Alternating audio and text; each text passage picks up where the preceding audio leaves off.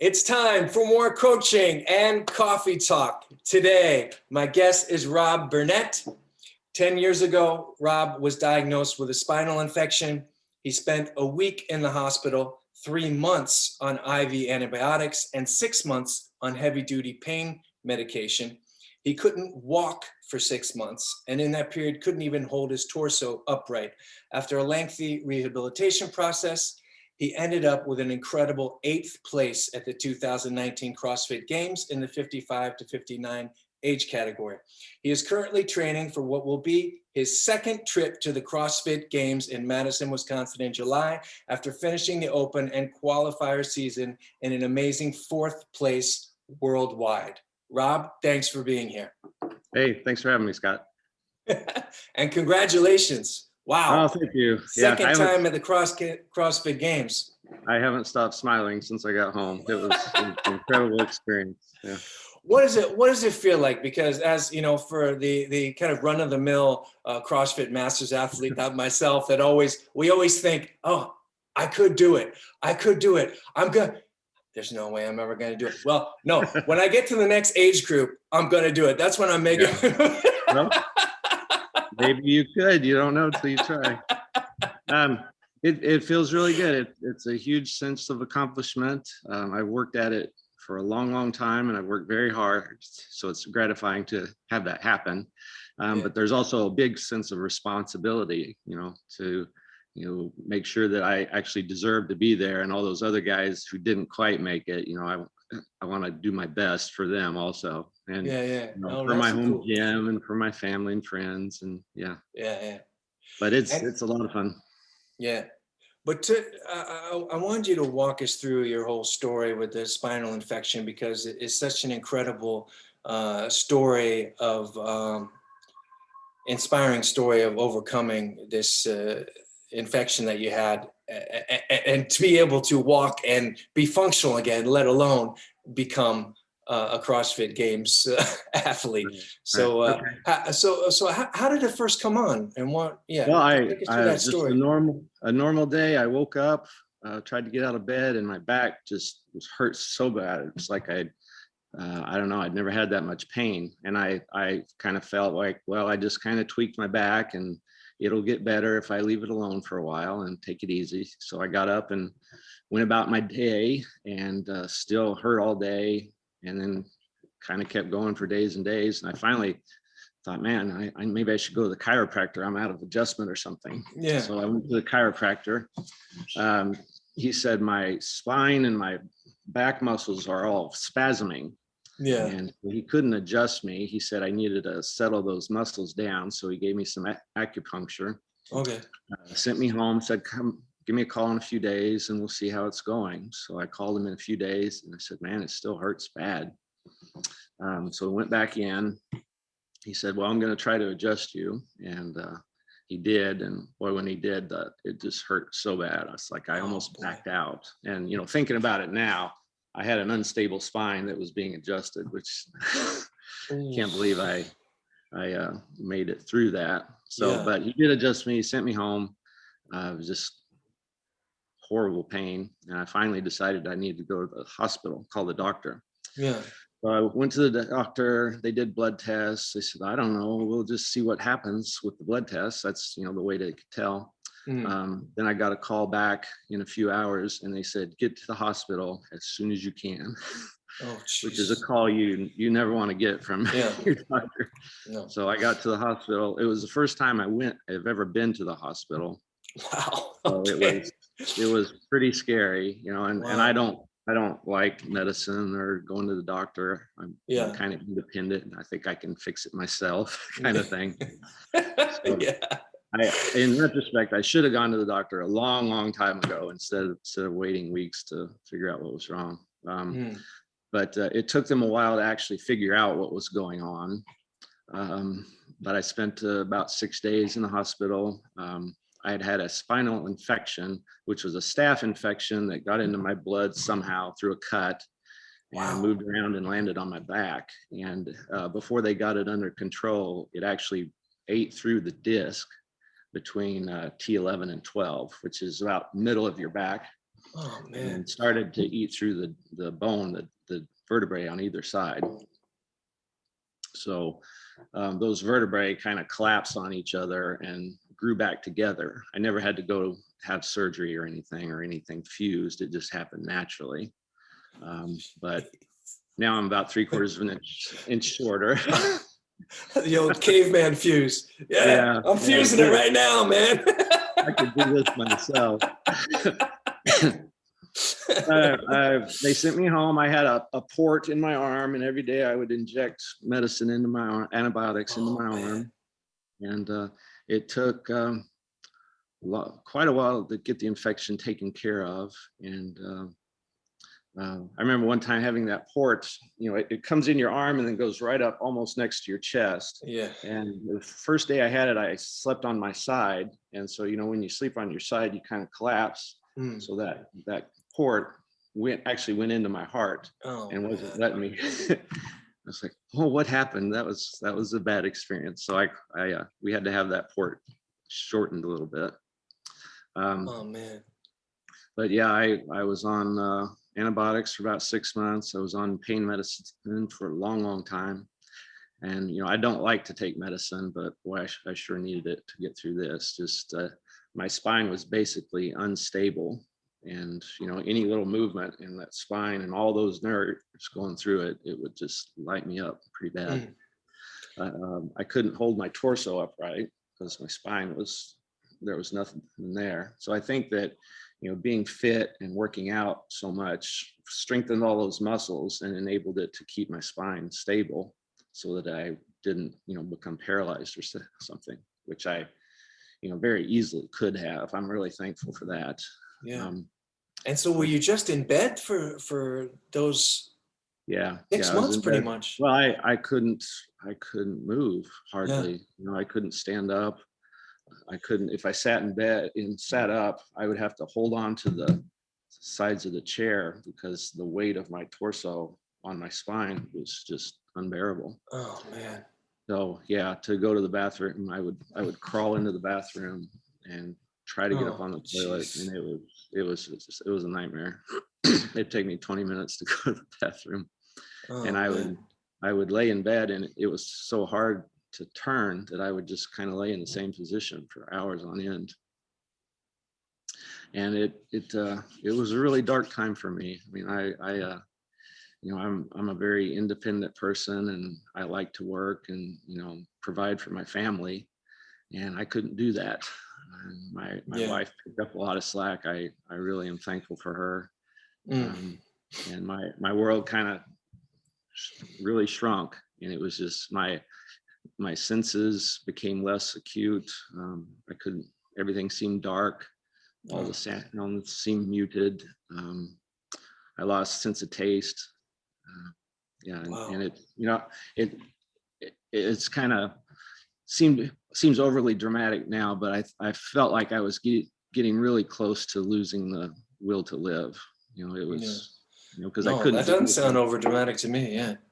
So, and eventually I started getting better. I mean, I'd like to say there was some big, sound or lights, or explosions, and then I started getting better, but it was just, I guess I'm a stubborn guy. And eventually, as my back started to feel better, I started to, try to move more. And first thing I thought of was, will I be able to work out again? And they couldn't really tell me. They didn't really have any prognosis for how I would recover, if I'd be able to walk, or if I'd be in a wheelchair, or disabled at some point. So I just decided that I wasn't going to be. And I decided that I was going to recover fully. And I started working out. And my first workout, I remember I would sit in bed and I would just raise my hand up.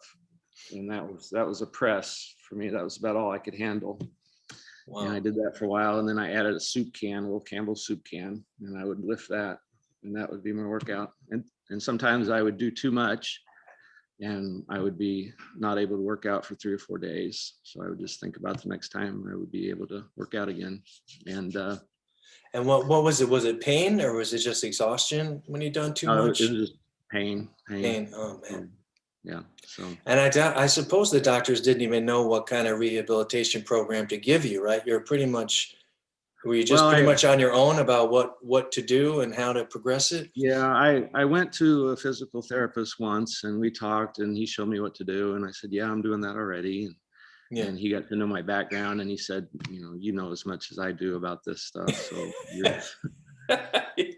so I was just kind of on my own, and I got better and better day to day. And Wow. the lights started to come on again, and I started to taste food again, and I started to hear better. And I remember laying in bed, waking up, and it was raining, just listening to the rain. And that was such a blessing to hear rain again. And Wow. life started to become sweeter again. And I wanted to recover, so I started working at it. I think it was so much just mental attitude. I think a lot of people could have, and justifiably, just kind of quit and accepted being in a wheelchair. But I didn't want to do that, and I wanted to be whole again. And as I got better and better, I started to think, okay, I want to work out again, and I want to do CrossFit again, and hey, I want to go to the CrossFit Games. So set lofty goals and we'll achieve them. And Wow. and I remember, when I got that email that says, congratulations, you've qualified for the CrossFit Games. Man, I just burst into tears, and I called my wife, and we both were screaming and yelling. I called my coach, and it was just overwhelming, the sense of accomplishment that I got from that. And to go from being basically 0% ability to 99% ability was amazing. And I'm so thankful for that. And I know I didn't do it on my own. I had to ask for help, and I had to pray, and I had to be patient, and all those things are very important to learn, which I had not quite learned yet. Yeah. I do now. But I'm so thankful that I was able to recover. I'm so thankful for every day, and yeah, that was it. Yeah. Wow. And so when you first started training again, getting back to the gym or being able to lift some weights again, and you say you made that decision, I'm going to try to go to the CrossFit Games. What kind of plan did you put together? I know you ended up with this Cincinnati Strength program and coaches there. How did you start developing this thing and being like, hey, you know what? I'm going to put this stuff together. I'm going to give this a shot. It's going to look like this, and this, Well, I had to test it first. So I kept it quiet. I didn't tell anyone about it because I didn't want to overstep what I would be able to do. Yeah. So I started working out harder and harder, and started tightening up my diet. And I hired a mindset coach to help me, think positively. And wow. Your mind is such a big part of exercise. I can't recommend that enough. And I got better and better, and I started checking my times against other master athletes' times, and I was doing good and encouraged. So I was doing really good with my training. And I at one point, I kind of realized at this point, CrossFit Games has gotten so big, and all the competitors are so good that you really need a coach. Unless you're just some freak, you really need a coach to get there. And so I started looking around. I called some of my friends, and Stephen Flam at Cincinnati Strength was recommended to me. And I called him, and we talked for a while, and it's over several days, and we seemed to sync pretty well. I think you need a coach that's you feel comfortable with and has a like mind and a like attitude. And so we started. I'd had a few issues with my shoulders. I don't have very good mobility with my shoulders. So one of the first things we did was say, okay, you're not going to try out for the games next year. You're going to take a year. We'll clean up all your joints and your mobility, and then we'll make a go for it. And so we did that, and I qualified. And, a step that many people skip over. Patience. Patience. Mobility, schmobility. Yeah, get your house in order, and then you're better. And what do the workouts look like? Are you training like once a day, or are you multiple times a day? I train 5 days a week. I train once per day. I see a lot of masters athletes who I think train too much, just too much volume. And at my age, I'm 57. I have to be very careful with that. You know, I still think that I'm 28 and can just do everything, but I have to realize that, you know, maybe I can do that for a while, but eventually I'm going to pay for it. So Stephen has helped me work on that quite a bit. But 5 days a week, I do about 30 to an hour's worth of mobility at night. I try to eat really good, cleaned up my diet very well. I like to prep all my food on Sunday for the week, and so that I can just go into the kitchen and get my food and eat it. And I don't have to cook every day. That helps a lot. Yeah. So that's it. There's a lot to take in. It took me a while. It kind of feels like you're building a house. You know, you do the foundation, and then you learn something else, and then you learn something else, and you got to build it all together. So, but it's fun. I enjoy it. It's a big commitment, but I enjoy it. And I was looking at how the top men in your age group. I noticed that, I don't know if you saw this or not, but 5 of the top 10 just turned 55, you know? So I think it's all the more impressive. Honestly, I think when you talk about the world's, you know, population of CrossFit athletes, that you made it in that top, well, you're 4th in the top 5, you know, being 57 years old. Yeah, because half of the top 10 just turned 55 and just made it into that new age group, you know. Yeah, if you look at all the age divisions, it seems like most of the people are clustered around those first 2 or 3 years. And then after that, you know, even with 5-year divisions, you can tell that those 5 years make a big difference. A lot happens in those years. Yeah. So those guys that make it every year, hats off to them. Yeah. And we talked a little bit right before this. I was going to ask you about your athletic background. You said you did not have a stellar athletic career as a kid. Well, tell us about where you came from. So 7th grade, my best friend Richard, he lived across the street from me, and he wanted to play football. And I said, I don't want. He talked me into it, so we tried out, and we were just the worst kids on the team. We were on the 3rd, I think it was C team. We're terrible, and rode the bench most of the year. I think I got in once or twice. And then that summer, I think it was his dad. He said, "Why don't you guys start lifting weights?" And you know, we didn't even know what lifting weights was, so we bought a couple magazines, and we both bought sets of weights and a bench. And back then it was those concrete weights that covered in vinyl, and if you dropped them, they shattered. I had that, man. The Joe Weider set. Joe Weider. Yeah. Oh yeah. I got mine. I didn't have the magazines, but I had the Arnold Schwarzenegger calendar. You know, he had a calendar back then, and it had exercises down the side of the calendar. That's why. So we were doing the same things in different parts of the world, Ralph. Yeah. So one day we would work out in my basement, and the next day I'd go over and work out in his basement. And over the year, we gained probably 10 or 15 pounds, and we tried out as 8th graders, and we were some of the best on the team. So I went from this skinny, shy little kid that got picked on to this kind of a football star that everybody looked up to. And man, that was motivation to make health and fitness a lifelong Keep going, pursuit. Because I didn't want to get picked on anymore. Yeah.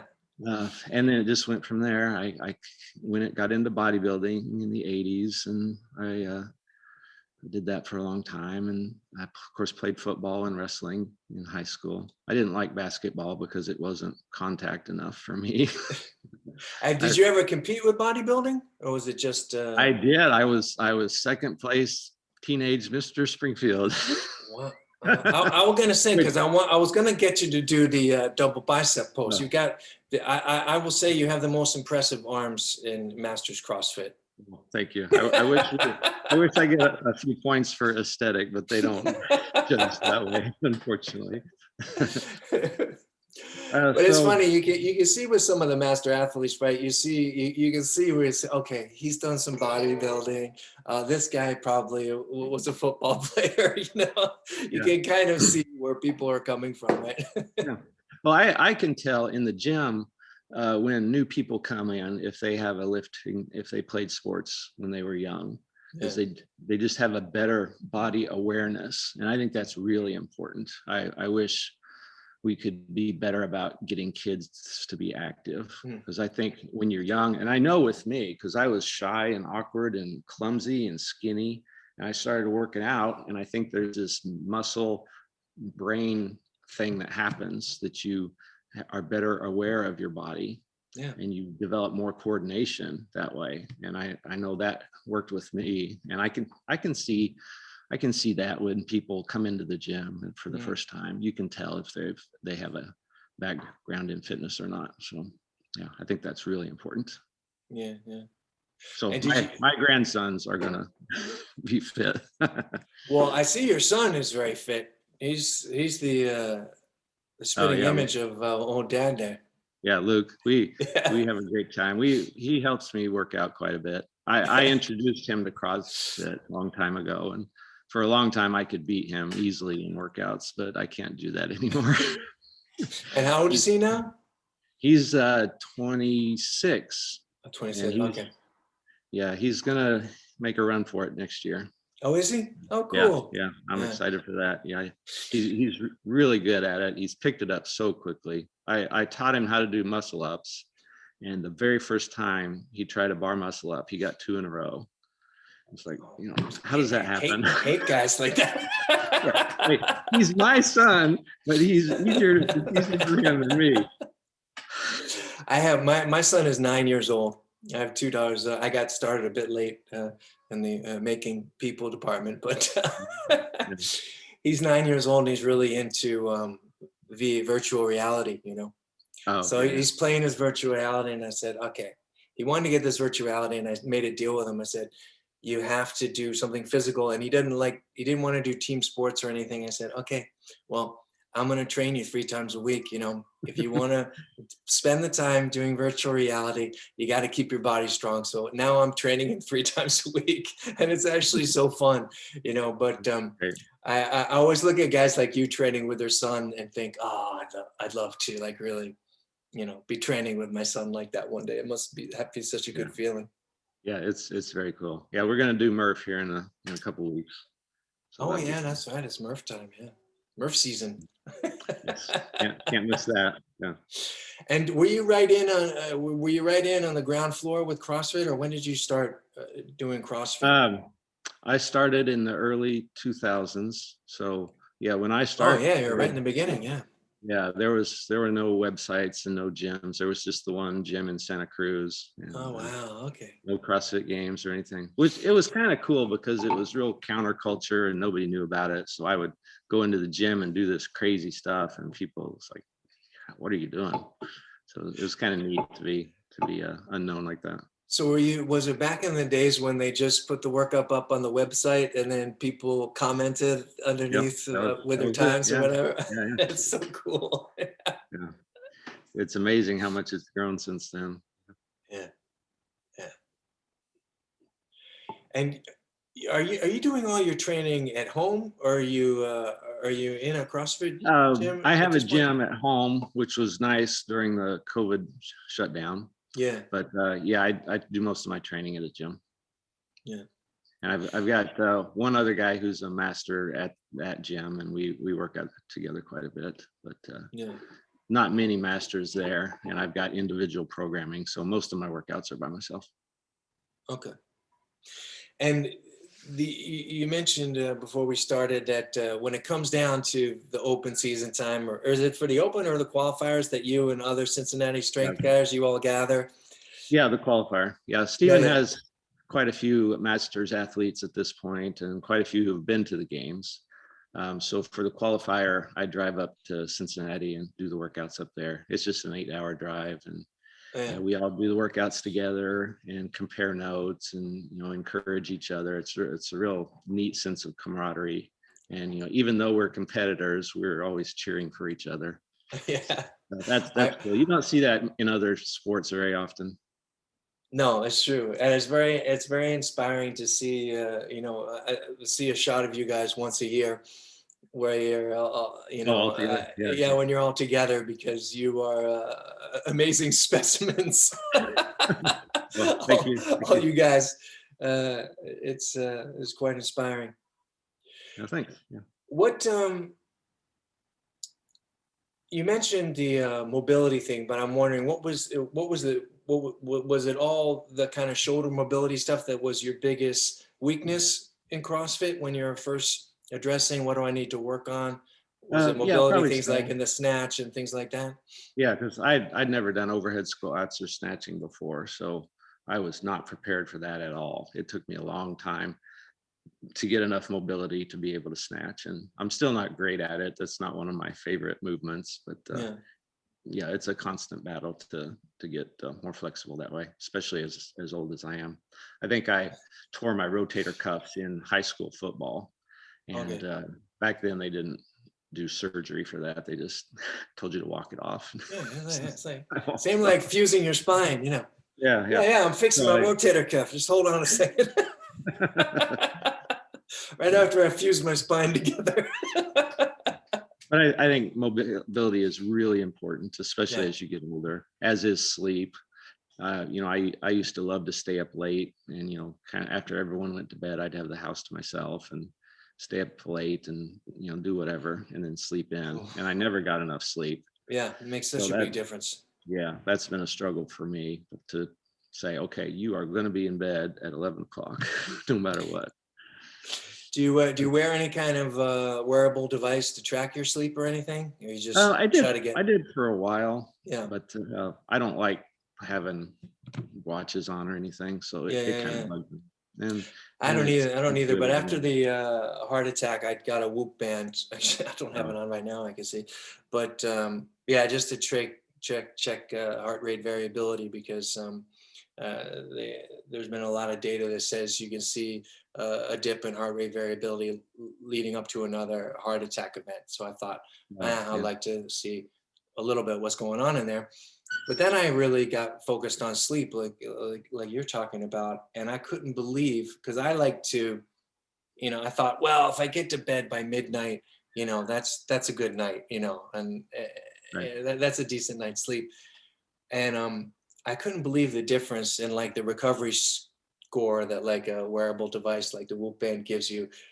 The difference in getting to bed before midnight, if it's 11 or 10 o'clock or some nights 9:30, then that's instantly will give me the green light on recovery the next day. Right. It's amazing those hours before midnight, the sooner you can the sooner you get to bed.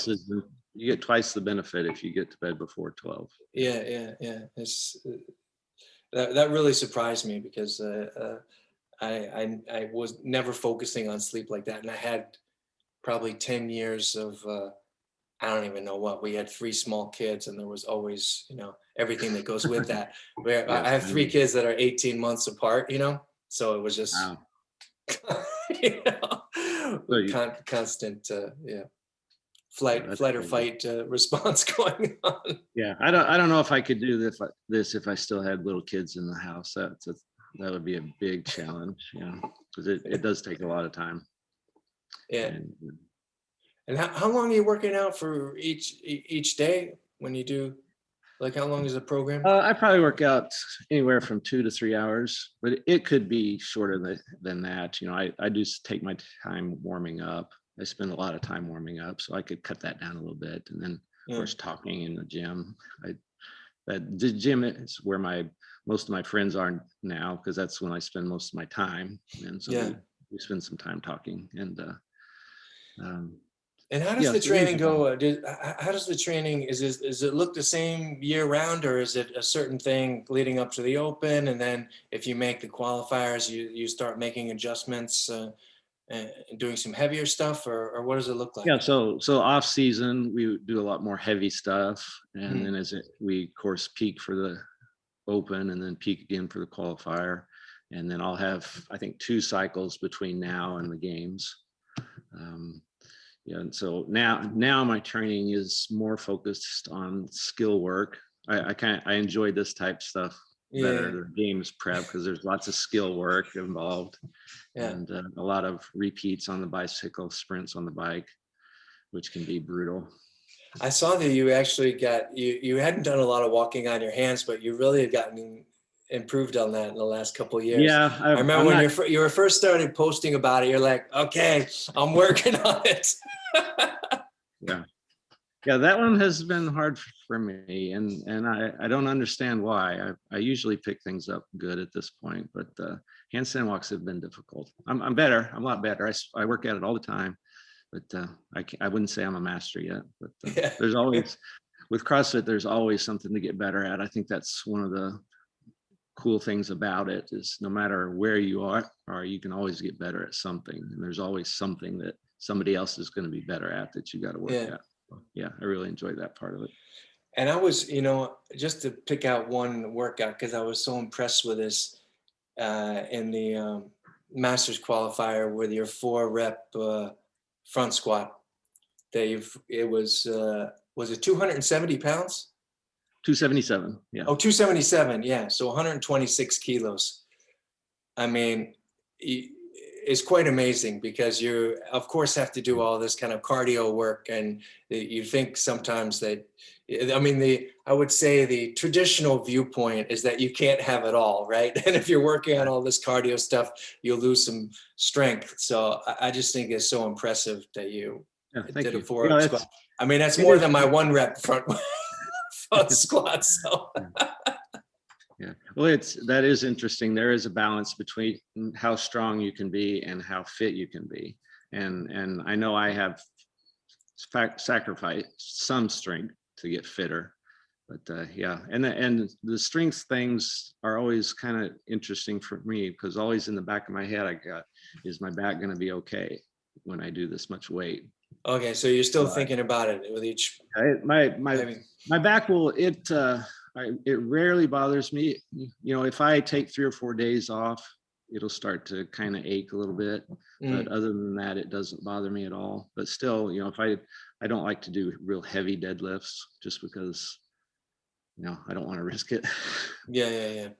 And so every time, that was I wouldn't say difficult exercise for me, but when they released that, I had to, kind of think, okay, you've got to really be careful when you do this, and pick a weight that is going to be good for you and that'll keep you in the running, but don't go too much, because it's not worth it.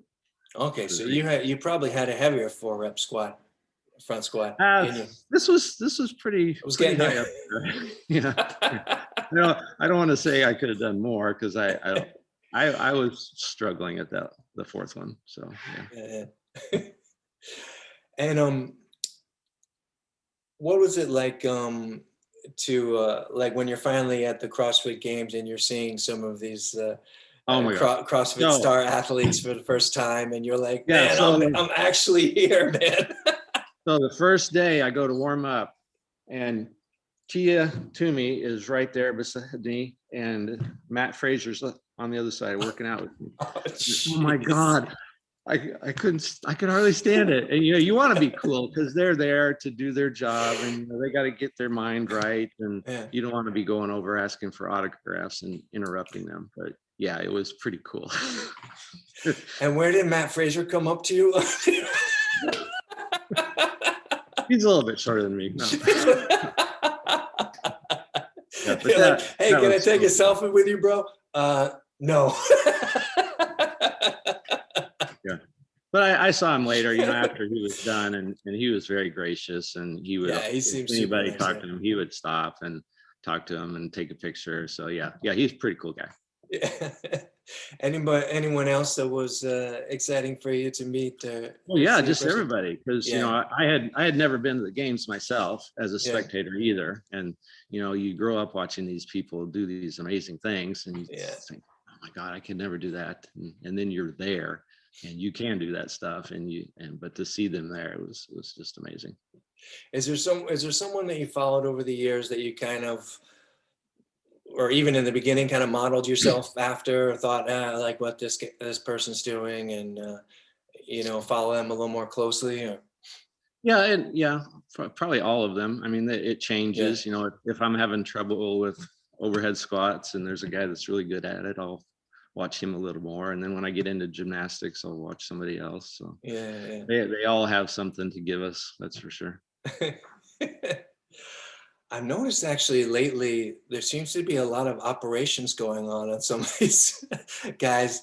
I think I first heard, and I listened to one of Rich Froning's podcasts, and I never knew that he had so much stuff done. I think he's had things with both knees and shoulder and all the stuff he was talking about.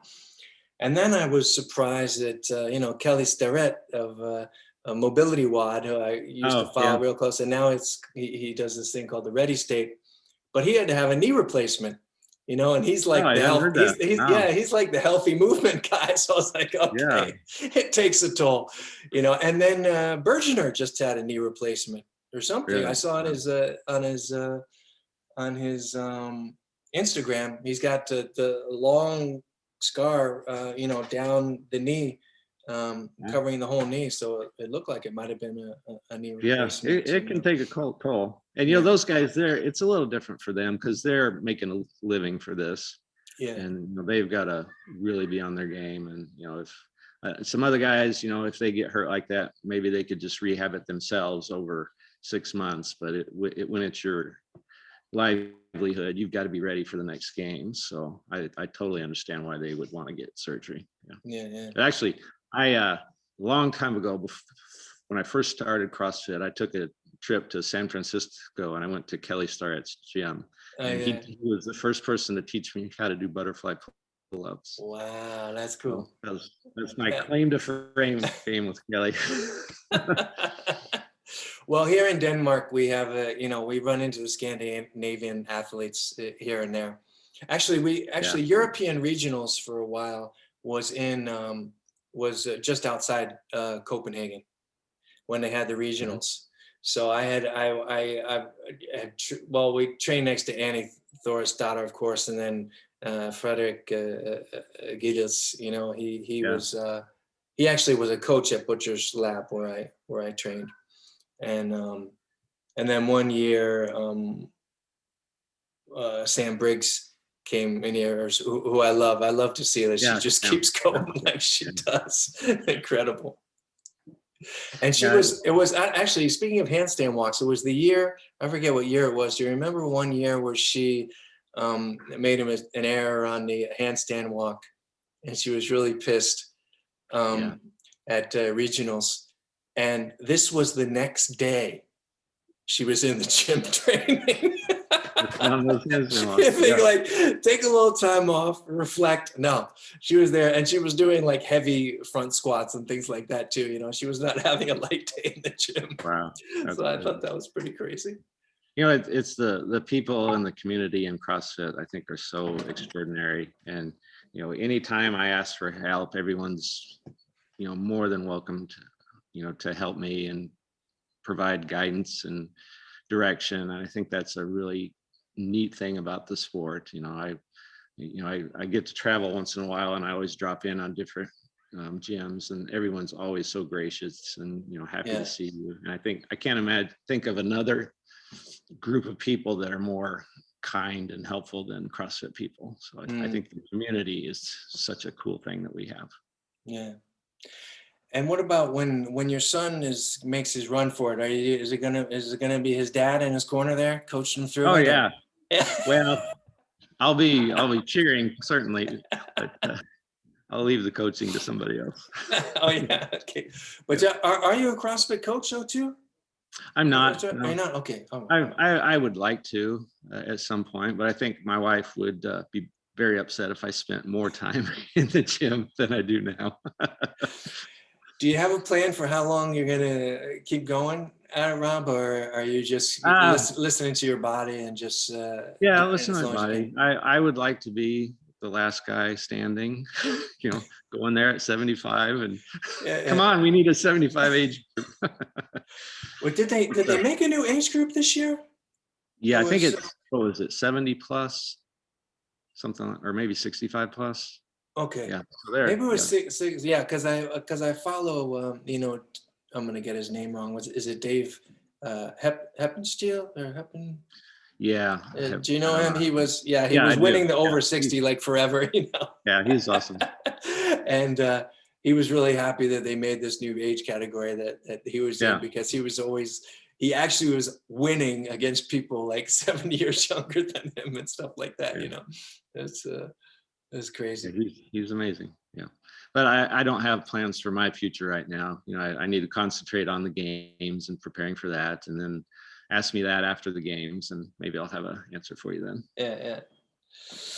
Well, I'll be cheering you on all the way, as I usually do, giving you little messages on Instagram. Yes, And too, thank you. I want to thank you too, Rob, not only for doing this, but also you're one of the people who I actually don't know, but actually reached out to me after my heart attack, and I really appreciate that. That was very gracious of you to do. You're welcome. Well, we're all in this together, so I want to make sure you were okay. Yeah, but I'll be cheering you on, man. And thank you. Good luck in Madison in July. And thanks for doing this. Yeah, thanks for having me on. I appreciate it. Okay. Talk to you soon. Bye. See you.